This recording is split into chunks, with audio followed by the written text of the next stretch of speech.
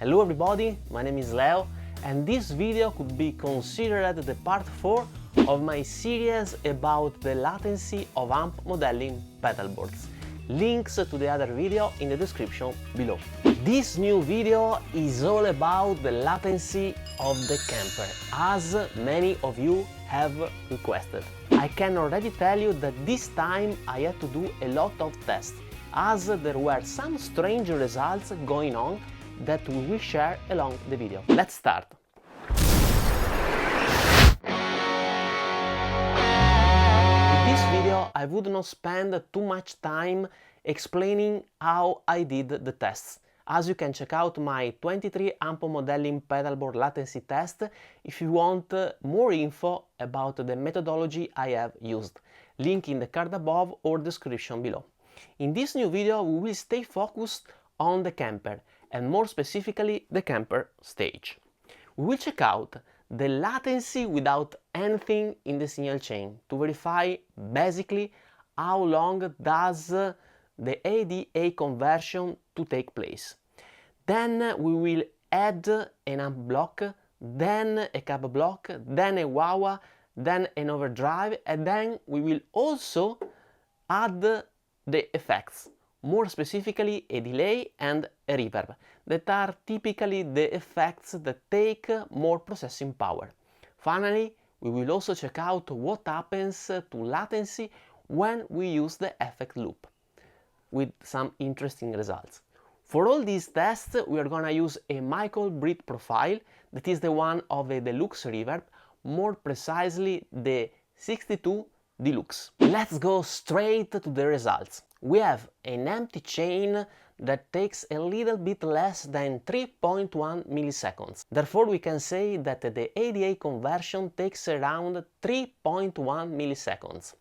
With an amp and a cab block, we have a little bit more than 3.1 milliseconds of latency. Adding a wah-wah, basically the latency does not change. And if you add a tube screamer, the latency goes to around 3.2 milliseconds. So a very little change, a very little increment. Let's now talk about time effects, like a reverb and delay. Well, with an amp and a cab and a delay or a reverb or both together, basically the latency stays around 3.1 milliseconds. And if we deactivate all the effects blocks, the latency does not change. And this is a different behavior compared to the quad cortex, where we have verified that even a non-active block adds latency. Therefore, I would say that the Kemper is very well optimized and the latency stays very consistently around 3.1–3.2 milliseconds. But here I would like to add one very strange behavior of the Kemper. I mean, if you connect the Kemper to a computer via USB and you activate the rig manager, well, the latency increases. For instance, the 3.1 milliseconds of latency registered for the amp plus cab becomes 5.1. Basically, we lose 2 milliseconds of latency if we keep the Kemper connected via USB to the computer, which is very strange. Honestly, I don't know why the Kemper behaves in this way. If someone has an idea, please feel free to share it in the comment section below. In any case, this tells us that if we want to experiment the lowest latency, we have to keep the Kemper disconnected from the USB port. Very interesting. And now let's talk about the effect loop. I have connected a very short cable in the effect loop of the Kemper in order to test the latency of the effect loop without any other external pedal connected. Obviously, if you add an external pedal in the loop, you need to add also the latency of that pedal. Well, with the effect loop activated in the signal chain with just an amp and a cab, the latency goes to 10 milliseconds. So here you are adding almost 7 milliseconds of latency just adding the effect loop.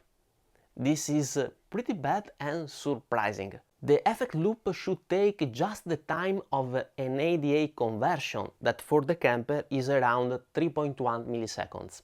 Therefore, I would have expected a latency of 6.2 milliseconds, but I measured 10 milliseconds. Very strange. Maybe the effect loop is not used frequently and therefore the algorithms are not optimized, or the converter used for the effect loop is not the one used in the standard guitar input and in the regular output. Honestly, this is very surprising, and you have to take into consideration that the latency of the effect pedal connected to the loop is gonna sum up. Therefore, you're gonna exceed the 10 millisecond threshold. Now, I'm not very sensitive to latency, but some of you are, and therefore 10 milliseconds could impact their playing. These results, together with the one related to the USB connection to the rig manager, surprised me a lot. And I had to make the tests many times to verify their correctness. So, in conclusion, I would summarize these tests with 3 takeaways. First of all, I would say that the latency of the Kemper is very consistent at around 3.1–3.2 milliseconds, which is a pretty good result, also compared to other units. You can check out my previous videos about latency to verify how the Kemper compares to other modelers. Second, if you connected the unit to the computer via USB using the rig manager, you are gonna lose 2 milliseconds of latency. Third, if you add an external effect in the loop, you overcome the 10 millisecond threshold. And this is the most surprising and interesting result in my opinion. Therefore, if you want to play with the lowest latency time, you have to keep the Kemper disconnected from your computer and you have not to use the effect loop. Now, I'm really curious to hear your opinions.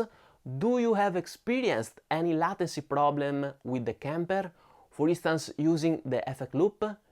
Please let me know your precious and valuable opinion in the comment section below. We have now reached the end of this video. Hope you enjoyed, and if you did it, please subscribe to my channel, ring the notification bell and leave a thumb up. It would be of a great help. If you're interested in my IRs, you can check out the link in the card above or description below, where there is also a link to a playlist of songs of mine. Thank you so much for watching and see you soon in the next video. Bye bye.